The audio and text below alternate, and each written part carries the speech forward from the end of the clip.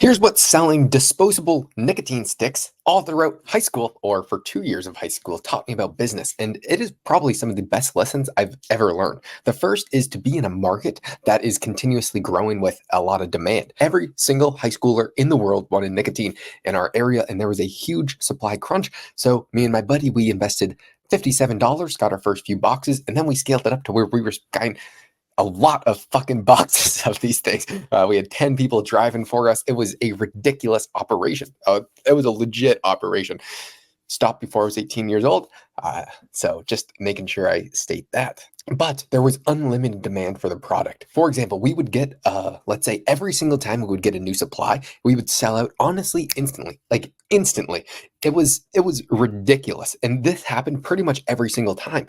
I would note we made a huge mistake. We started with $57 each. We both put in $57, got our first few boxes, then we made a bunch of money. When we realized that the product that we had was going instantly, we should have put down a few $100 each because we had the money. We were just like, oh, we'll just play with the house's money and we would just reinvest everything. But if we were thinking more strategically, once we realized it worked, we should have dumped all the money we had into this because we knew that we would make our money back in much more quickly. Instead, we were at the whims of waiting for the shipping to come in and everything. So I would note that was a mistake, but the marketplace was ridiculous. So let's compare that to my current business. Right now, I'm working with people, not just in the finance space, but people who have fantastic products, but then and also have a great message on social media, mainly through YouTube, and I'm helping them grow organically and then funnel into their products, into their business. That is a business that has a ton of demand because more and more people are trying to get online. They realize that it is more people are willing to buy from somebody they already know, like, and trust that you watch on YouTube or other social medias. Therefore, there's a growing demand of people who are trying to join the decentralized media. More people, a very growing market. Then everyone needs to get their products sold for them and grow everything along the way. That is the current business that I'm working on, that it also has a very growing demand for what we are doing. So then it's how do you position your product to where it's better than other people? There's always a way that you can put a unique spin on something. For example, with the business that we were running with the selling the nicotine sticks, the market price on them that everybody was selling them for, I don't know why, but every single person in the world was selling them for $15 per nicotine. We'd get them for like $4. And we were like, dude, we'll just sell them for 12. It's not a huge difference, but and then there was one other key factor. Everybody who was selling these things, they were very, I'm just going to use the word hood. They were kind of gangsters. They were frightening people. Most people, I'm not going to use the word drug dealers because that's not what we were. Uh, but most people in this category who were selling nicotine were usually a lot rougher around the edges. There was a lot of risks involved. So we had a policy where we would make sure that everything was very friendly. We had a money back guaranteed. We said, if the product fails, that is completely on us. We will give you another one. Of course, some people rip you off, but overall, that gives your product goodwill. So our name brand, it was Dispo Hub. Our name brand was incredible. So to where everybody wanted to work or buy our product instead. One, because it was a little bit cheaper. Two, because they knew what they were getting. They would get it back, their money back guaranteed, or the product back. And three, because we put a little unique spin on it, where instead of kind of someone who was honestly quite threatening towards anyone that they were doing this with, we were very friendly, purposefully, because that is the way that you want to, those are the people that you want to continuously do business with. And then we would open to the much richer neighborhoods around us because they were scared of a lot of the people who would honestly try and intimidate their clientele. Why the hell would you do that if they're posting guns or knives or all these things? Who the hell is going to want to buy that? So we made it a rule to be much more friendly, putting a unique spin on an otherwise unfriendly product. People absolutely loved it. I'll take the example with what I'm doing with my current business. I could just say, I'm going to help you get more views organically and stop my business there. Or I'm going to help you package your videos better. Or I don't know. I don't know what people actually call this because I've put such a unique spin on it. People will say like, I'll help you get better retention on YouTube, and they'll get paid $15 an hour for that.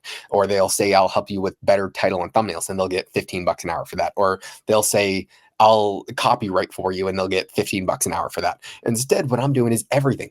I'm showing you the complete solution. I'm saying you are going to continuously do what you're doing. I'm going to bring down your workload, but the results are going to be 5 to 10x. And that's what I'm promising.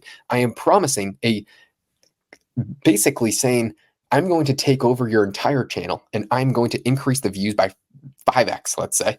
And then what we were going to do is I'm going to do all this myself. You won't even have to think about it. All I'm going to do is help you come up with a better idea. I'll help you structure it better. I'll help you do everything. I'll help train your team that you're already doing. And then what we're going to do is we're going to do a lot of these funneling tactics to help turn those increase in viewers into the ideal customer, taking them down the value ladder, everything in house. I could be selling any individual point of this sale, and I used to. Everyone was, or a lot of people were doing this back in the day.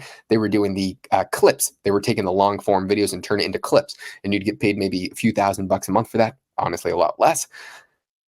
But you could always increase some sort of skill set to then you can place a unique aspect on the business to where instead what I'm promising, and I'm not saying I'm going to help someone grow a YouTube channel. I'm telling someone I'm going to help them get 100%. I'm going to help them increase their revenue by 100% in 6 months. That is a lot more interesting for a business owner. And so then who's my ideal clientele? It's people who have a fantastic business model, like fantastic. That's the main key. If you have a great business and it's easy to get your product, or I love it, then it's going to be a lot easier to sell it, ideally, because you have a great product. And then what I'd say, scaling. This was one of the biggest mistakes that we learned that I've made over and over again, or I made twice, I should say. It was scaling. We went from having 0 people working for us to 10 almost instantly. And you never call people employees, it's just working with them. It was more so drivers. People, instead of us delivering every single nicotine stick to everybody, we hired 10 people to do that for us. And we structured the deal kind of like a compensation based thing. Instead of paying them to deliver, they'd get basically half the profits. So it was a mutualistic relationship for everybody, but we scaled way too quickly. We didn't know everybody who was hired or was working with us because you wanted different cities around the place. And that is actually how we ended up blowing up, because we got too big too quickly, because looking back at it, what we should have done is probably hired 2 people, worked with them for a month, then hired another and worked with them for a month. And then eventually you get to the 10. But we went from 1 to 10 in 1 month, or 0 to 10. And it blew up in our face because I would still get all the messages. I didn't know what to do with it. There was so many complexities that came in because I did not know how to run a business. We were just dumb kids. We just knew that was the progression that should have been taken. And how did I make that exact same business or mistake? When I first initially kind of started a little business, it was the Andrew Tate model, where I said, hey, I am going to take your short clips and I'm going to hire a team of people who is going to get clips and post it. Where, I mean, if you see any of Andrew Tate's stuff, it's by 100 different accounts, because he's hiring people, or he grew the affiliate program to where they are going to be hopefully getting a lot of views so they can sell his product. And I was saying, and I still think it's a good idea, it is getting organic views is much more powerful than paid ad views, because what do you do when you see a paid ad? You most likely keep scrolling. Why? Because you know it's an ad. And younger people like myself, we are numb to getting paid ads, because from the second we were born to now, we've been shoved ads down our throat. So you kind of have this predisposed ad blocker out, where you see an ad, you just instantly skip it unless it catches your attention instantly, which there's still a big place for ads, but that is besides the point. Most people don't watch ads. So who do they want to buy something from? Someone that they know, like, and trust. Andrew Tate doesn't write ads. So what does he do? He has other people basically posting his stuff for free. So he's getting way more organic reach. So more people are talking about him, more people want to see his stuff, and everything. So I was thinking, this guy, he was going to give me $6,000 a month to work with. And I blew $6,000 the first fucking few weeks hiring people and doing this, because I thought we would see results instantly. And eventually this business blew up, or this guy that I was working with, it blew up because I hired too many people too quickly and the results were too lackluster. I should have started small and eventually worked the way up. That is a business mistake that now I'm trying to regress in. When I have an opportunity now, I'm not going to start instantly hiring 25 people at once, because I'm not going to know what the hell to do. I was obviously overspending for what I was getting. The results were not too good, and I didn't know I didn't know how to manage people. That is something that comes with time. So now when I'm trying to scale, I'm going to take it very, very slowly, probably one at a time, eventually have some sort of team involved. But I would say that's probably a mistake a lot of people have made, that were initially starting off and saw huge results. When you see massive success early on, you think, all I need to do is more and more and more of this. And that may be true, but it still has to be quality. So I fucked up in two different occasions, but because of that, I guarantee you I'm not going to make that same mistake again. And so I've learned so many things from the first business. It was astronomical because we made so many mistakes. And when you make a mistake in business and it hurts and you lose money, your body does not want to make that same mistake again. And that's usually how you end to make a lot of money. So we were in the perfect marketplace because it had unlimited demand. We put a unique spin on the product to where everybody wanted to come to our product instead of other people's because there was a unique spin on it that made it more attractive than everybody else's. And it didn't even have to be price. I bet we would have had just the same clientele if we could have charged more, but because we were promising the safety, the warranties, the guarantees, everything, they still would have rather have went to us because of the unique spin that we put on it.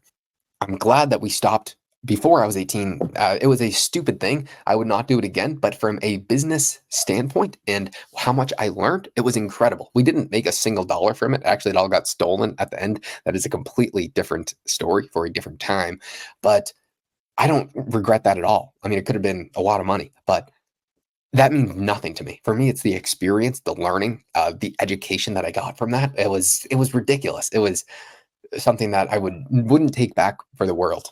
So I'd love to hear other people's blow up business stories because I'm sure that you learned a shit ton. You always do, especially when you see some sort of success. Most people just don't stick with things long enough because we were just lucky having the perfect product. You literally couldn't have a more popular product in high school. I know if, at least in our neighborhood in cities, everybody wanted these stupid nicotine sticks. And we just happened to say, hey, if no one else is going to do it, we will do it.